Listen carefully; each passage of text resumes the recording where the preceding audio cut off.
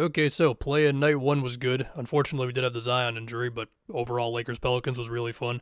Not going to do any Lakers Nuggets talk for this vid. And the Kings, yeah, they whooped the Warriors, man. The end of the Warriors was staring me in the face, and I just didn't see it. I picked the Warriors to win the game. Clearly, not the right pick. And I'll also ignore that I picked them in an imaginary game versus the Pelicans. Anyway, let's start with the Lakers Pelicans. So it kind of felt like a few different games in one, right? Because for one, we had the overarching story, which was Zion's going crazy. And in my preview, I was like, it's going to be tough, not impossible, but tough for Zion to score consistently if, like, AD switching onto him or if AD is able to help, like, in the paint against him. Bro, Zion was just getting the AD switch with, like, Nance screening for him, and he was just going at AD, not as if he wasn't there. I mean, AD was contesting it, but, like, Zion was getting the better of him consistently on those actions. We also had Zion, getting, like, face-ups against Torian Prince, just straight line drive, finishing over Jackson Hayes, whatever. However, the rest of the Pelicans were having a tough time, and we had a stretch there, like especially in the second quarter when the Lakers really gained the lead. We will get to the fourth quarter, different lineup, the run the Pelicans went on, but the Lakers, it was just like a really rough few minutes with the Lakers defense doing some things where you would have like LeBron getting a late switch on CJ to where CJ's taking the pull-up three, but LeBron closes out enough to where the space CJ thought he had wasn't totally there. You had, one play where CJ and I think it was Nance ran a screen action on the left-hand side, and then you had LeBron helping off of Zion in the opposite dunker spot to like jump the pass and steal it, then we're going the other way. A play or two where AD switched onto Ingram, and then he was able to stop those plays. I mean, there was one time where AD switched onto Ingram early, and then Ingram made a jumper over him, but I remember specifically there was like one other time where it kind of like just made Ingram kick it out, and then it was like a bad three for somebody. They had that stuff. Of course, there was the LeBron taking the charge on Zion, which, my goodness, LeBron, you're almost 40. So, okay, Lakers are up like 7 points in the fourth quarter. And then, in a true just Pelicans thing, because all year they've had weird lineup numbers where their main five is not their best five and all that. And then in the fourth quarter, it was a lot of Alvarado, Murphy, Nance, Herb played a little over half of the fourth quarter, but he was in the closing thing, and Zion until he went down. And this was really when it felt like Zion was leaning more into the Nance, just screen for me, I'm going to go right at AD. But you had like Alvarado flying off of the screens, making plays. I know that's kind of a general thing, but like, I don't know. I don't document every single play that happens. Trey Murphy made two ridiculous deep threes, one of them on that three-point play, one of them over Austin Reeves, which was really the moment where it was like, oh, wait a minute, something's about to happen here. And you had like Nance playing super high up on D-Lo pick and rolls in order to slow those down a little bit. That one great contest that Zion had against LeBron from behind. Now within that, they also tried to like double LeBron in the post, and one of them led to a D-Lo three. But then another one, it was like basically the same thing where LeBron's trying to back down Alvarado, and then the double comes, and it eventually leads to like a really tough Austin Reeves three that doesn't go in. So the Pelicans were having success with like a more aggressive defense in the whole thing. LeBron missed a couple shots, okay.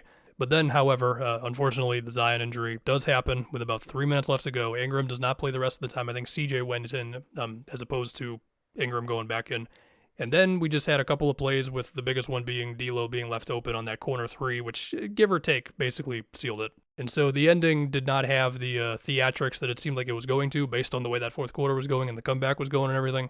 And we hope Zion, Shams just tweeted it's going to be a hamstring injury for him, so we'll see. Also, LeBron had that one baseline jumper over Herb that was pretty cool. And I remember now, Dyson Daniels was the one who was helping off of D'Lo for that corner three off of the Reeves drive.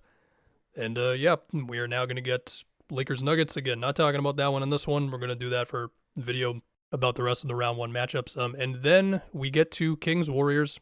Once again, very wrong. Klay Thompson, 0 points. If that's not symbolism, then I don't know what is. Very early on, we saw Keegan on Steph, and it was Keon Ellis on Klay, which that was different. I was not betting on that one. And then as the game went on, it felt like Keon was on Steph more often. Keon, he stripped Steph a couple of times. That's huge. We had Fox strip Wiggins one time. We had a bunch of Kings offensive rebounds in the first half. It seemed like they were basically going to run away with it earlier than they did. But through Kuminga making a couple of pull-up twos, going at Sabonis on a drive, Moses Moody making threes just kind of in the flow of things, a couple of like Wiggins or Kuminga buckets with them doubling Steph, the Warriors were able to kind of claw themselves back into making this game respectable. Eventually, they clearly just didn't have any gas. No other way to put it. Now, got to say a lot of nice things about Keegan. You saw all of the improvements that he made this year, even if his three-point percentage dipped from last season, they were in display in this game. I mean, it was threes off of the handoff actions. It was pull-up twos off of the dribble with Klay chasing him on some of these. There was also that one early where Steph helped off of Keegan like pretty aggressively as he made that three, and I was like, I don't know if that's going to be the game plan. And there were other little things. I mean, Fox was on Draymond, which made that like Draymond stuff a little more switchable. We saw Draymond on Sabonis pretty much all the time. Jackson Davis started on Harrison Barnes, and then he eventually became more of like Kuminga or Wiggins in those spots. Jackson Davis, he had 11 minutes in the game. Yeah, look, the Kings, they looked more athletic, they looked younger, they looked like they had more energy. And I think the one play that for some reason just stuck out to me right when it happened, and I wanted to take note of it. I think it was in the third quarter where Clay tries to run a screen with whoever Sabonis was guarding. I think it was Kuminga because of just the way it happened on that play. And Clay is able to get no separation at all with Sabonis guarding this action kind of high. He flips it to Wiggins, who just shoots a three where it's like, I guess I'm going to take this three. Wasn't the worst three in the world, wasn't the best three in the world. The shot doesn't go in, and in that moment I was just like, yeah, they're not winning this game unless Steph drops 40. And I'm not trying to do a full-blown future of the Warriors thing right now, but yeah, Clay's a free agent. He made $40 million this year. I'm happy for him. We also all know that he is not a $40 million player anymore, even with the cap going up and all that stuff. So we'll see what happens there.